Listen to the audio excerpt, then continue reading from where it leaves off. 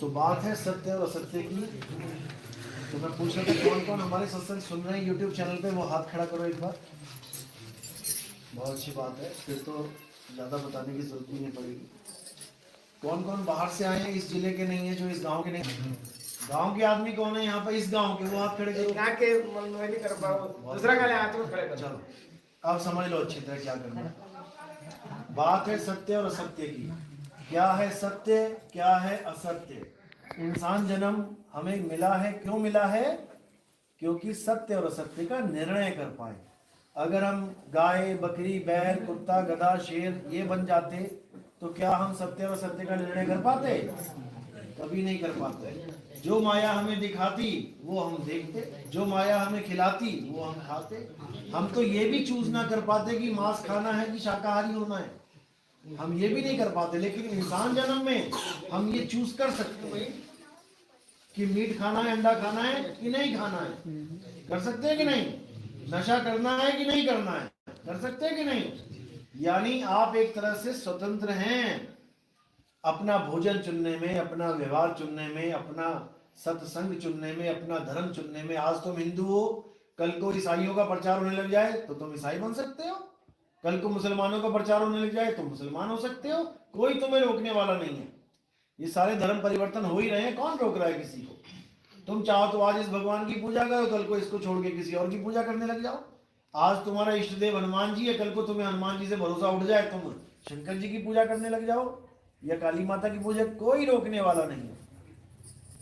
लेकिन फिर भी हमें यह जानना है कि सत्य क्या है, असत्य क्या है। हमें सत्य का पुजारी बनना है, हमें सत्य को अपनाना है। तो इस दुनिया में केवल दो प्रकार के तत्व हैं, एक असत्य और एक सत्य। कृष्ण जी ने बिल्कुल क्लियर समझाया है, आज से 5000 साल पहले बता चुके हैं ये बात, लेकिन कोई समझाने वाला नहीं मिल रहा। लिखा तो हुआ है, लिखा सब कुछ है गीता में, ऐसा कुछ नहीं है जो नहीं लिखा है, लेकिन उसको बताए कौन? कहते कासे कहूं सब जग अंधा और खेवड़ हार के गले में फंदा।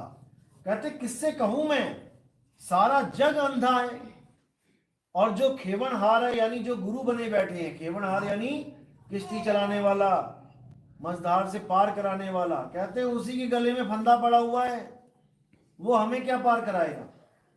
तो इसी को समझाया है कि जो गीता पढ़ रहे हैं, जो गीता को बांच रहे हैं, 7-7 दिन तक प्रचार कर रहे हैं, वो भी सत्य को नहीं जानते, जबकि गीता में ही लिखा है सत्य क्या है, सत्य क्या है, बिल्कुल क्लियर लिखा है कि हे अर्जुन, इस दुनिया में 2 प्रकार के तत्व हैं, एक असत्य और एक सत्य। असत्य तुम उसे जानो जो पैदा होता है और समाप्त हो जाता है, यानी जो बनता है और बिगड़ जाता है, जो पल पल बदल रहा है, जो परिवर्तनशील है, वो असत्य है। और सत्य क्या है हे अर्जुन, जो कभी नहीं बदलता, जो सदा एक समान रहता है, जो अघुलनशील है, अपरिवर्तनशील है, अडोल है, अबोल है, वही सत्य है। और वो क्या है हे अर्जुन, आत्म तत्व ही सत्य है।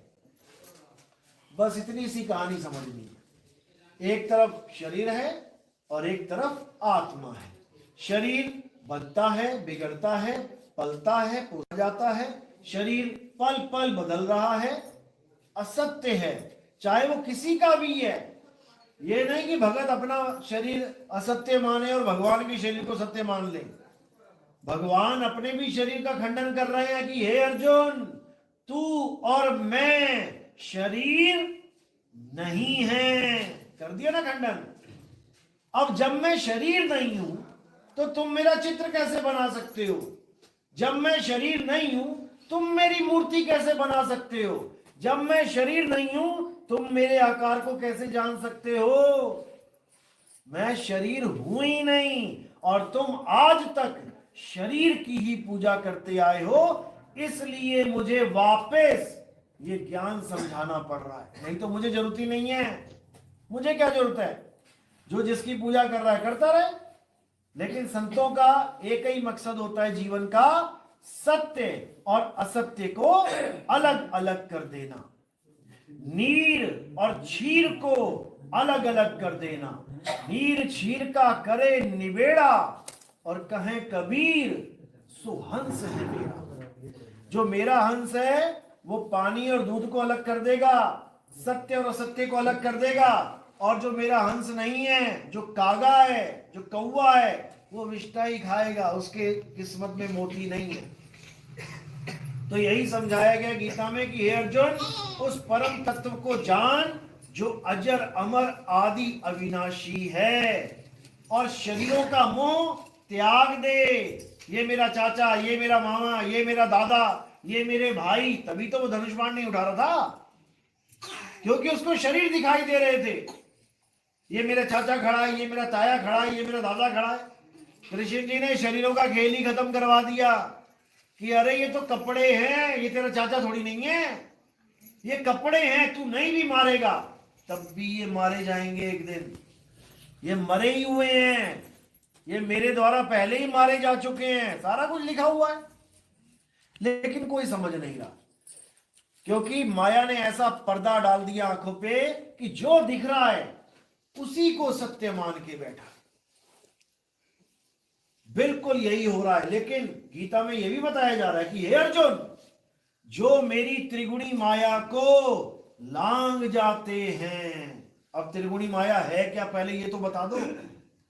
सारे गीता पढ़ने वाले, सारे गीता बांचने वाले ये श्लोक जरूर बोलेंगे कि मेरी त्रिगुणी माया को लांग जाते हैं। त्रिगुणी माया तो बता दो क्या है, होती क्या है त्रिगुणी माया?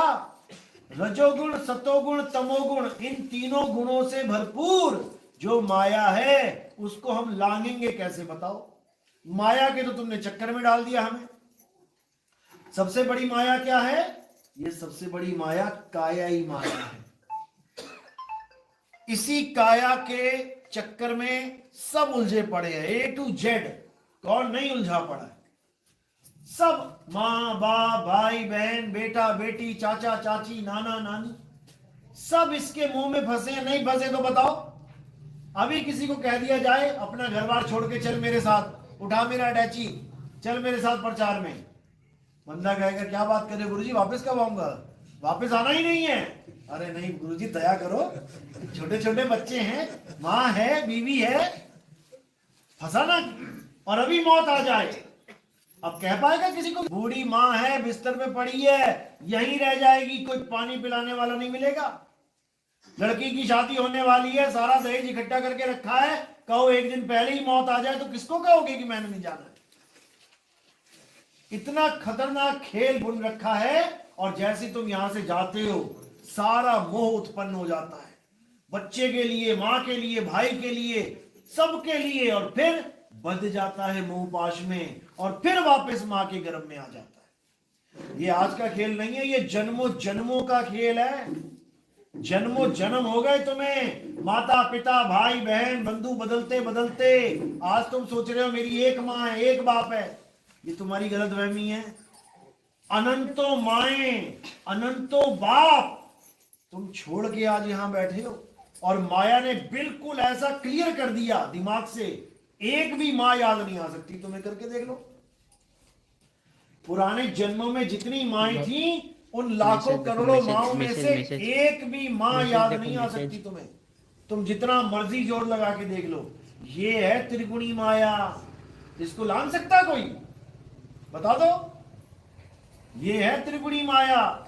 ये काया ही 3 गुणों से संपूर्ण है, पैदा हो रहा है, पल रहा है और नाश हो जाएगा। ये जानते हुए भी कि सबका नाश होना है, कौन मोह से बचा है? बता दो। सब मोह बंधन में फंसे हुए हैं। और क्या है माया? ये 5 जड़ तत्व माया है। हवा, पानी, आग, धरती, आकाश। अब बताओ कौन नहीं फंसा इसमें? कौन गंगा जी में जाके छलांग नहीं मार रहा, सोच रहा है मेरे पाप कट जाएंगे, मेरी पूजा हो जाएगी? कौन नहीं मार रहा है? कौन अग्नि को देवता मान के हवन यज्ञ नहीं कर रहा है? बता दो। कौन वायुदेव की पूजा नहीं कर रहा है? कौन आकाश की पूजा नहीं कर रहा है? निरंकारी आकाश की पूजा कर रहे हैं, उसी को परमात्मा मान रहे हैं। धरती को कौन चरण स्पर्श नहीं कर रहा है, पूजा पाठ नहीं कर रहा है? सब जड़ माया में उलझे पड़े हैं। कौन छोड़ेगा बताओ? और जो खुद कह रहे हैं कि माया को लांघना बहुत मुश्किल है, उसी के भगत पत्थर की पूजा करवा रहे हैं कृष्ण जी के नाम पे। पत्थर क्या है? ये भी त्रिगुणी माया है, जिसे तुम कृष्ण मान बैठे हो। लड्डू गोपाल के नाम पे पीतल का कृष्ण जी पकड़ा दिया लड्डू लेके। क्या है? फैक्ट्री में बना है, सांचे में ढला है, रजोगुण में आया है, सतोगुण में ठहरा है, और एक दिन तमोगुण में खंडित हो जाएगा। एक बाबा से लड़की बोली, एक लेडीज बोली, बाबा जी मेरे बच्चों ने लड्डू गोपाल को 2-3 बार गिरा दिया, उनके क्रैक आ गया पैर में, क्या करें?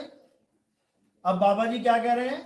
कह रहे हैं अब ऐसा है कि वो पूजा तो नहीं हो सकती उसकी, उसको शो पीस में रख दो। अब बताओ, उसको शो पीस में रख दिया।